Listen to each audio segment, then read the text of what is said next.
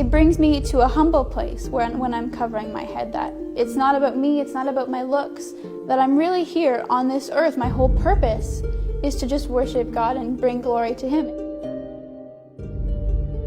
Over the years, it's come to be very significant, something that's very, very special. And I was always treat my veil with great respect. We always kiss our veil before we put it on. In the first epistle to the Corinthians, in the 11th chapter and the 10th verse, Paul uses these words: "For this cause ought the woman to have power on her head because of the angels." Apparently some of the women in the church at Corinth were taking part in prayer with their heads uncovered, and the apostle tells them that that's quite wrong. It's something that just helps me in my prayer life and my relationship to God and my relationship to other people as well. To see 1 Corinthians 11 in the middle of a book that we read from all the time, but we're just ignoring this one part. We take it all so literally, especially 1 Corinthians 13, which is called the chapter of love. It's often read at weddings. It's often like love is patient, love is kind. And it's literally just a few chapters away, this head coverings verse. So how can we ignore it? Covering is mostly a requirement for married women in Judaism. The source is from a biblical text. It's a reminder of God's presence with me at all times. It's kind of a big old wedding ring. While veiling is often seen as a visual manifestation of the Islamic faith, it is a tradition far from confined to this religion. In the last few decades, the head covering has been greatly disassociated from Western religion and culture. It is perceived by the media as a tool of female oppression and symptomatic of a patriarchal society. But Islam is not the first Abrahamic faith that strongly emphasized the notion of decency and modesty through a specific dress code for both females and males. Dating back to the inception of Judaism, veiling has been perceived by many early civilizations as a symbol of nobility and dignity. This was reinforced with the subsequent arrival of Christianity, whose scriptures make explicit reference to an ideal dress code ordained by the Almighty.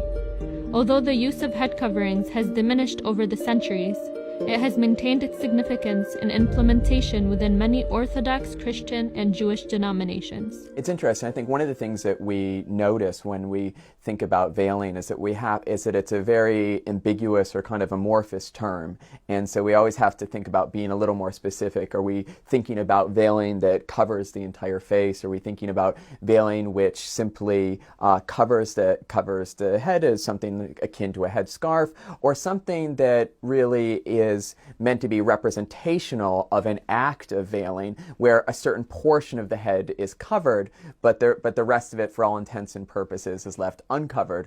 We have in the New Testament traditions that it's clear women are being asked to veil for religious reasons. So we have in 1 Corinthians, Paul gives us a tradition, which is a very clear tradition, that women should be veiling when they're prophesying or praying, and men in the ancient Near East were covering their head. Men, when they pray and they prophesy, they should not be covering their heads. So we have this new wrinkle.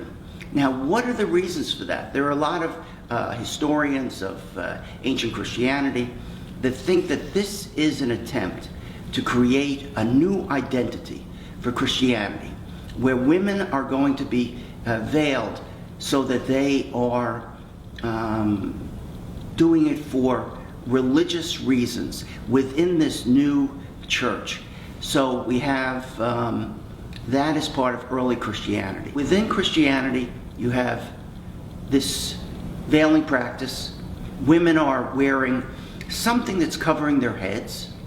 It's not necessarily a very big veil that covers the face, but it clearly is being used when they're in a religious context. The best thing is actually feeling that sense of tradition and belonging to that tradition. It feels right. It helps me to pray. It actually lessens one's distractions, because you're not looking at somebody else's hairdo and you know that they're not looking at yours. You know, and also sometimes you actually can get quite emotional and you can hide behind your veil and wipe a tear from your eye if you need to.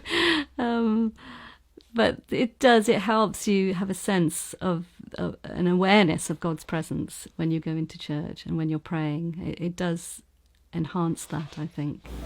For some, the veil is a sign of marriage. For others, it is a symbol of piety, modesty, and an act of deference to the will of God. Through it, religion seeks to redirect the focus of both men and women from the materialistic world to the spiritual world, closer in proximity to God. Although in recent years, the head covering has been subject to great criticism by Western culture and used as a basis to denounce the Islamic faith as patriarchal and repressive to the female gender, it proves to be an act of empowerment and liberation for women from all religions, societies, and cultures.